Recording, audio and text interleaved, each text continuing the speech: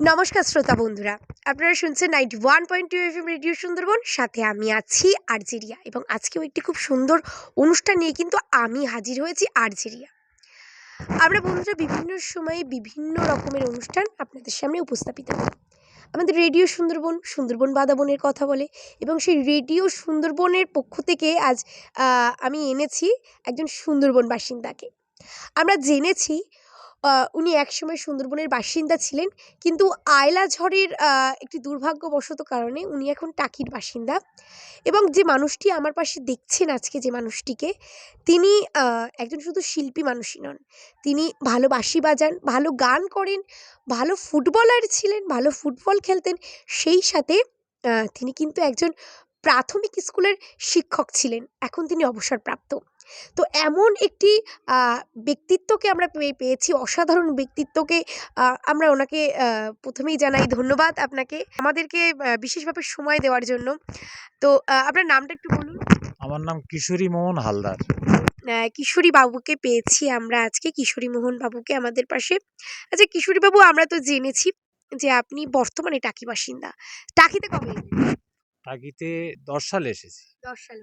এবং আমরা এটাও জেনেছি যে আয়লার একটি দুর্ভাগ্যবশত কারণে আপনি এখানে এসেছেন। তো হঠাৎ কেন আয়লায় সুন্দরবন থেকে এখানে চলে আসলেন, সেটা যদি আমাদের শ্রোতা বন্ধুদের একটু শোনান। আমাদের ঘরবাড়ি সব ভেঙে গিয়েছিল।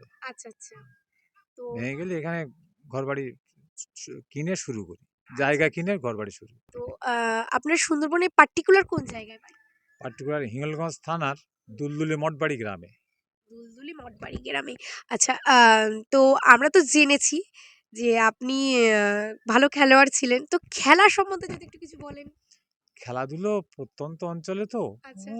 ফুটবল খেলতাম, ভলিবলও খেলতাম, ক্রিকেটও খেলতাম, টুকটাক এরকম। সেগুলোভাবে সুযোগও পাইনি আচ্ছা, বাইরে যাওয়ার। ওই তো আচ্ছা, ওখানেই আচ্ছা। আর কোন স্কুলের শিক্ষকতা করে এসেছেন? আমি সন্দেশখালী ব্লকে হাটগাছা গোড়ামারি প্রাথমিক স্কুলে শিক্ষকতা কত করেছি। বছর স্যার? ওখানে ১৯ বছর ৩ মাস। আচ্ছা। তো আমরা কিন্তু জেনেছি আপনি শিক্ষকতার পাশাপাশি আপনি সংস্কৃতি জগতেও ভালোভাবে যুক্ত আছেন। ভালো বাঁশি বাজান, গান করেন। তো আমরা তো গান তো শুনবো, কিন্তু এই মুহূর্তে কিশোরী মোহন বাবু আমাদের সামনে বাঁশি হাতে দাঁড়িয়ে আছে। মানে উনি কিন্তু আমাদের বাঁশির সুর শোনাবেন। তো আমরা কি বাঁশির সুর শুনবো এখন? হ্যাঁ, আমি রবীন্দ্রসঙ্গীত কয়েকটা কলি গেয়ে একদম, শোনাবো, একদম, একদম। তাহলে বাজিয়ে শুরু শোনাবো। করুন।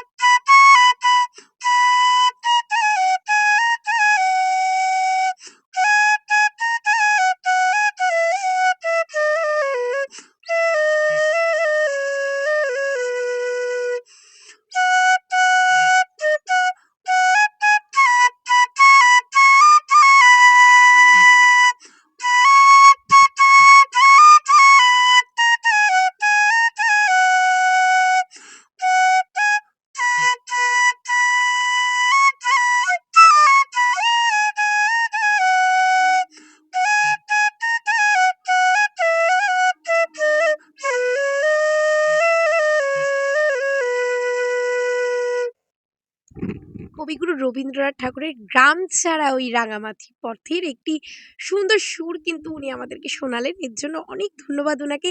আচ্ছা, আর একটা সুর কি আমরা শুনবো? হ্যাঁ, মোটামুটি আমি মানে একটু অনেকদিন একদম। প্র্যাকটিস নেই। আচ্ছা, হ্যাঁ, ঠিক আছে। তবু তো সেইজন্য অসাধারণ শুনলাম আমরা। একটু পল্লীগীতির ২-১ টা সুর আমার একটু একদম, শোনাবার একদম, আছে। একদম।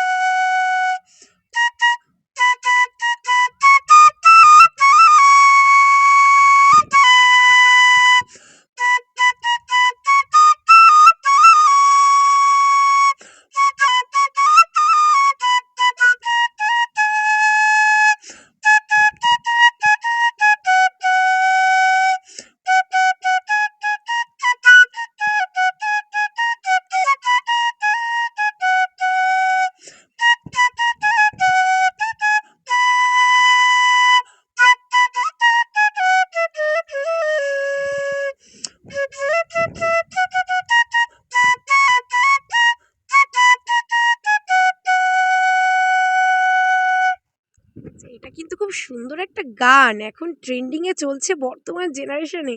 আপনারা কি গেস করতে পারছেন বন্ধুরা? আসুন আমরা কিশোর মোহন বাবুর কাছ থেকে শুনে নিই গানটা কোন গান? কোন গান এটা? এটা যেজন প্রেমের ভাব জানেন না, রুনা লায়লার। হ্যাঁ বন্ধুরা, এটা কিন্তু এখন ভীষণ ট্রেন্ডিং এ চলছে, বিশেষ করে যুবক যুবতীদের ক্ষেত্রে। তো এত সুন্দর একটি গানের সুর উনি আমাদেরকে উপহার দিলেন। তো বন্ধুরা, আমরা এমন একজন ব্যক্তিত্বকে আজ পাশে পেয়েছি, ওনার বাঁশির সুর শুনলাম, উনি গান করেন, পরবর্তীকালে গানও কিন্তু ওনার থেকে শুনে নেব। তো বন্ধুরা, আজকের এই এত সুন্দর অনুষ্ঠানটি আমরা এখানেই শেষ করছি। দেখাবে আবারও পরবর্তীকালে কোনো এমনই সুন্দর অনুষ্ঠান নিয়ে। ততক্ষণ সাথে থাকুন, শুনতে থাকুন 91.2 FM রেডিও সুন্দরবন। নমস্কার।